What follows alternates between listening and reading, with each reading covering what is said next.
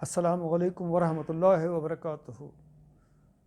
میں ہوں آپ کا ٹیچر زبیر وہاب اور آپ دیکھ رہے ہیں mentoring on screen YouTube channel. آج ہم اسلامیات کی حدیث نمبر 7 کا مطالعہ کریں گے، جس کا ترجمہ یہ ہے: نماز دین کا ستون ہے۔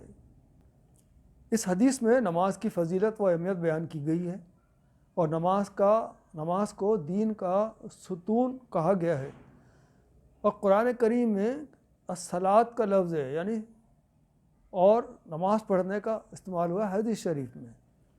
تو تاہم نماز کے معنی میں سب سے زیادہ یہ آتا ہے کہ عاقل بالغ مسلمان مرد اور عورت پر 5 وقت کی نماز کو فرض قرار دیا گیا ہے۔ تو ہر جگہ پر یہی آتا ہے کہ صلاۃ کو قائم کرو، یعنی نماز کو قائم کرنا ہے۔ ہم نے نماز کے ذریعے بندے کا تعلق اور رابطہ اللہ تعالیٰ کی ذات سے قائم رہتا ہے، اسی لیے کہا گیا نماز قائم کرو۔ نماز کے ذریعے ہی اللہ تعالیٰ سے قرب اور اس کی رضا حاصل ہوتی ہے۔ جو نماز ترک کرتا ہے، اس کا اللہ سے تعلق کمزور ہو جاتا ہے اور اس کا رابطہ بھی منقطع ہو جاتا ہے۔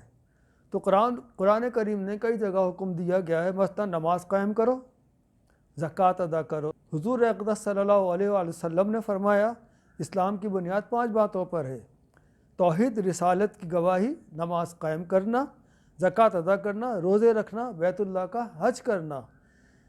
لہٰذا ہمیں 5 وقت کی نماز اہتمام، خشوع و خضوع کے ساتھ میں ادا کرنی چاہیے، تاکہ ہمارا رابطہ اللہ تعالیٰ کے ساتھ میں جڑا رہے اور ہمارا تعلق اللہ تعالیٰ کے ساتھ میں مضبوط رہے اور اللہ تعالیٰ کے ساتھ میں ترک نہ ہو۔